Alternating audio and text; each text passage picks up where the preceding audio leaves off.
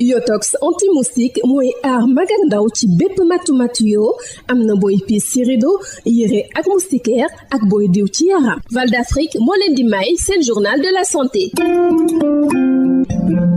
daleen ak jàmm. benn waxtu ginnaaw xale bi mu juddoo ba noppi li ñuy sàkku moo di ñu jox ko ween wi mu nàmp suñu joxul bébé bi meew bi ci waxtu woowee mën na kaa jural hypoglycémie mu di ñàkkub suukar ci yaramam loolee mën na dem sax ba jur mu ñàkk bakkanam wala lu ñuy duppee lactation ci yaay ji ñu teewlu ci docteur Daouda Diamandour di pédiatre di néonatologiste. xale bi xam nga ni bu nekkee ci biiru yaayam lépp lu mu soxla mu ngi jóge ci yaayam di dem ci moom à travers cordon ombilical bi léegi su juddoo amatul benn source pour am loolu notamment suukar bi nga xam ne mooy tax mu dund correctement. alors problème bi mooy suñ ko yéexee jox ween bi taux sucre boobu ci deretam dina wàcc continuer di wàcc te am na foo xam ne bu fa yeggee du baax mën na indi yeneen gàllankoor pour dundu xale bi. deuxième chose bi mooy soo ñu teelee jox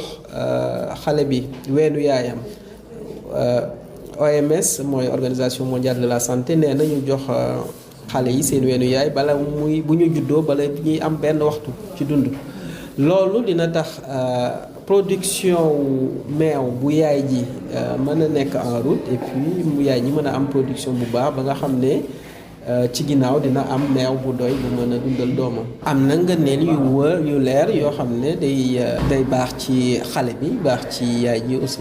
jaajëfal naa leen ci déglu bi dig daje ci beneen numéro. Yotox anti-moustique mooy aar mag ak ndaw ci bépp matu-matu yoo am na booy piis ci rido yére ak moustiquaire ak booy diw ci yaram. Val d'Afrique moo leen doon may seen journal de la santé. Yotox anti-moustique pour le corps, les vêtements, les rideaux et draps vous protège contre les moustiques chez l'adulte et l'enfant. Val d'Afrique vous offre votre journal de la santé.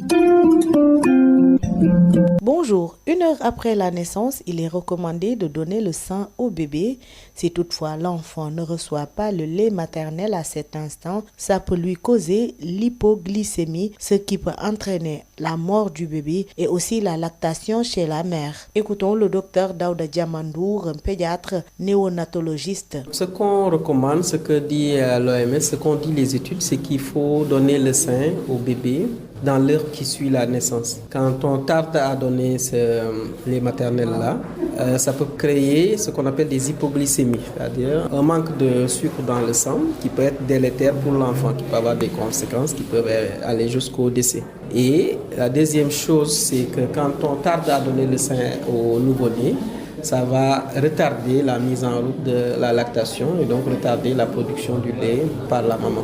Alors les bienfaits quand on donne le sein tout de suite à l'enfant dans l'heure qui suit la naissance, ça permet non seulement de lui apporter le sucre et les autres nutriments dont il a besoin, mais ça permet également de lui apporter dans ce premier lait-là qu'on appelle le colostrum, les anticorps dont il a besoin pour se protéger, se prémunir contre les infections. Alors quand on donne du lait artificiel, on l'appelle lait artificiel, on perd beaucoup d'avantages du lait maternel. Alors je vous ai dit tantôt que le lait maternel c'est un composant, c'est un lait qui contient des composants bioactifs qui va contenir des anticorps, des enzymes et donc on n'a pas tout ça dans les laits artificiels. Et la deuxième chose, c'est que donner le sein à son enfant, ça crée des liens entre la mère et l'enfant et ces liens-là sont fondamentaux pour le devenir de l'enfant ultérieurement.